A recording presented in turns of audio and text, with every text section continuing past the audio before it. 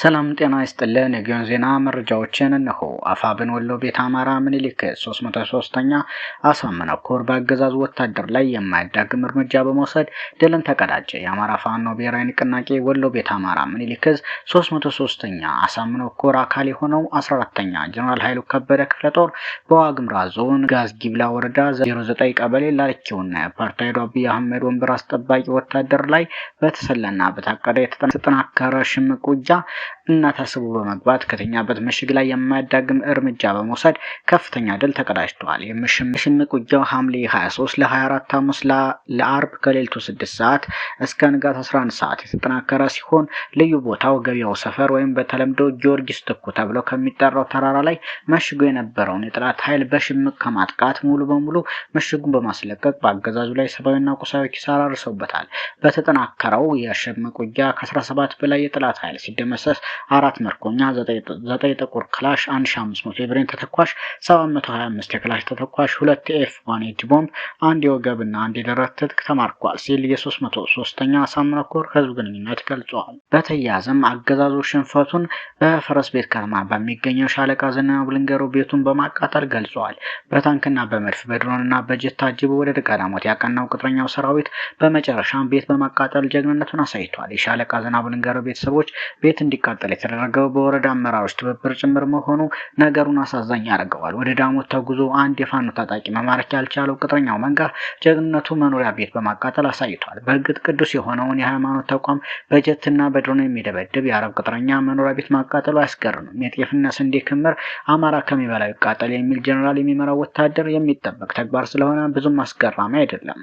ሰራዊቱ ይህን መሰል ወንጀል እንዲፈጸም ቀጥተኛ ትዕዛዝ የሚሰጠው ከጠቅላይ ሚኒስትሩ ይመስላል። ጎጃም እየተዋጋ ራበኝ ማለት አይቻልም፣ የገበሬውን በሬ አርዶ መብላት ይቻላል የሚል ጀነራል የሚመራው ወታደር ቤት ይቅርና ሰው በቁሙ እያቃጠለ እንደሆነ ለምናውቃል። አማሮች የዝናቡ ልንገሩ ቤተሰቦች ቤት መቃጠሉ ቢያሳዝንም የሚጠበቅ ነው። የሚያስገርመው አማሮች በዚህ ጉዳይ ላይ ተባባሪ መሆናቸው ነው። የተሸነፈው ወታደር ሞራል የለውም። ሴት ይደፍራል፣ ንጹሃንን ይገርላል፣ ይዘርፋል። በሕግና በስርዓት በወታደራዊ ስነ ምግባር የታነጸ ስላልሆነ እንደ ዝንጀሮ መንጋ ከማጥፋት የዘለለ ቁም ነገር አይሰራም። የአንድን ግለሰብ ዙፋን ለመጠበቅ ተልኮ የተቀበለ ወታደር የሚጠበቅ ተግባር ስለሆነ አያስገርምም። ሌላው 64ኛ ክፍለ ጦር በእነማይ ወረዳ ደብረ ጽሞና ቀበሌ 8 ያገዛዙ ብልጽግና ካሬ ፖሊስና 2 ፓትሮል በቁጥጥር ስር በመዋል ትግሉን ያቀጣጠልበት ልዩ ቀን አከበረ።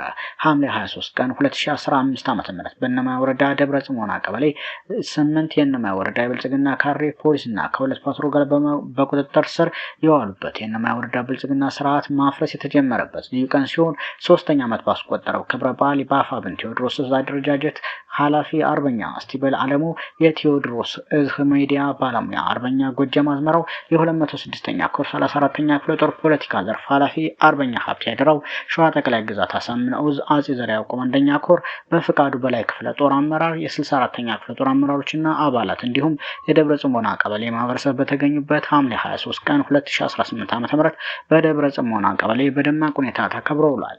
ሐምሌ 23 ቀን 2015 ዓ.ም በደብረ ጽሞና ቀበሌ የተሰባሰቡ ፋኖች ከአካባቢው ማህበረሰብ ጋር በመደራጀት በእነማይ ወረዳ የሚገኘውን የብልጽግና ካሬዎች ፖሊሶች በ2 ፓትሮል ደብረ ጽሞና ቀበሌ በቁጥጥር ስር በማዋል ስርዓቱን በማፍረስ ታሪክ የሰሩበት ልዩ ቀን ነው። በእነማይ ወረዳ ከሚገኙ 29 ቀበሌዎች ውስጥ ደብረ ጽሞና ቀበሌ አንዱ ሲሆን የደብረ ጽሞና ቀበሌ የሚገኙ ፋኖች የአማራ ህዝብ በራሱ ሀገር በራሱ ርስት በአገዛዙ ይደርስበት ያለውን ግፍ በደል ለማስቀረት ራሳቸውን በማደራጀት ከአካባቢው ማህበረሰብ ጋር ይህን አስከፊ ስርዓት ገርሶ ለመጣል ከፍተኛ መስዋዕትነት በመክፈል ለመላው አማራ ህዝብ የትግሉን ችቦ በመለኮስ የደጃዝማች በላይ ዘለቀ የትውልድ ቀዬ እነማይን በጀግንነት በማስጠራት ታሪክ የሰሩበት ቀን ነው። ይህ በእንዲህ እንዳለ አፋብን ወለጋ ቢዛሞ ቀጠና አንሻ ሰይድ እዚህ ይበልጣል መኮንን አዲስ ዓለም ክፍለ ጦር ባደረገው የተጠና ኦፕሬሽን በኪራም ወረዳ ስር የሚገኙትን ቀበሌዎች ቦቃ ቀበሌ፣ ነጭሎ ቀበሌ፣ ወዴሳ ዲማ ቀበሌ፣ ሀሮ አዲስ ዓለም ከተማን መቆጣጠር ችሏል። በዚህ በተጠና ወደ ውጊያ በርካታ ያገዛዙ ሰራዊትና የክልሉ ጥምር ኃይል ሙትና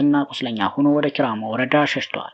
የጠላት ኃይል የተደመሰሰ 36 ሲሆን የቆሰለ 42 ናቸው። በዚህ አስደንጋጭ ምት የተበሳጨ ያገዛዙ ሰራዊት እንደለመደው ንጹሃንን በከባድ መሳሪያ ሲደበድብ ውሏል። በልዩ ቦታዋ ወደ አሳዳማ ቀበሌ ላይ 3 የ13 የ15 እና የ16 ዓመት ልጆችን በግፍ አማራ በመሆናቸው ብቻ ረሽኗቸው ሸሽቷል። በተጨማሪም ያገዛዙ ሰራዊት ከሆሮ ጉሩ አቤ ደንጎሮ ተነስቶ ወደ ኪራሞ ገዛ ለማድረግ በጉዞ ላይ ሳለ ጌጤ ግርማ መብረቅ ክፍለ ጦር መንደር 21 ሊቀበል ቀበሌ ልዩ ቦታው አንገር መድኃኔዓለም በደፈጣ በመጣል 5 ያገዛዙ አሽከሮች አመድ አድርጎ አስቀርቷቸዋል። ጠላትም ወደ መጣበት ተመልሷል። ጠዋት አነጋጉ ላይ የይበልጣል መኮንን አዲስ ዓለም ክፍለ ጦርና የአንገር ጉቴ ክፍለ ጦር በጥምር ተቀናጅተው በኪራም ወረዳ ቆፍቆፌ ከተማን ተቆጣጥረዋል። ጠላትም ወደ ጊዳ ወረዳ ሙትና ቁስለኛውን ይዞ እግሬ አውጭኝ በማለት ሸሽተዋል ሲል አፋብኃን ወለጋ ቢዛሞ አንሻ ሰይድ እዝ ምክትልና ይበልጣል መኮንን አዲስ ዓለም ክፍለ ጦር ዋና ቃል አቀባይ ገልጸዋል።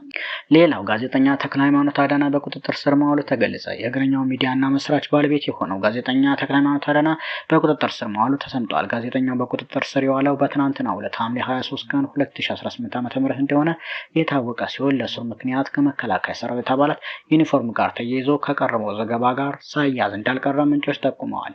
በተመሳሳይ አበባየሁ ደሜ በፌዴራል ፖሊስ በቁጥጥር ስር ውሏል። በተከበረ የሀገር መከላከያ ሰራዊት አልባሳት በመጠቀም በየማህበራዊ ሚዲያው አላስፈላጊ መልእክቶችን እንዲሁም የአንድነትና የፍቅር ሀሳብ ከማስተላለፍ ይልቅ የመከፋፈል ነገሮችን ሲያሰራጭ የነበረው አበባየሁ ደሜ በቁጥጥር ስር መዋሉ ተገልጿል። አበባየሁ ደሜ ዛሬ ከቀኑ 10:50 አካባቢ ሜክሲኮ ኬኬር ህንፃ ወረድ ብሎ በሚገኝ የፌዴራል ፖሊስ ወንጀል ምርመራ ቢሮ መወሰዱ ተረጋግጧል። ግለሰቡ በሀገር ጥበቃና ክብር መገለጫ በሆነው የሀገር መከላከያ አልባሳት በየሚዲያው እየቀረበ የሚያደርገው እንቅስቃሴ በብዙዎች ዘንድ ቅሬታና እርስ በርስ የመከፋፈል ስሜት ሲፈጠር መቆየቱ ይታወቃል። ሰሞነኛ መረጃዎች እነኝን ይመስሉ ነበር።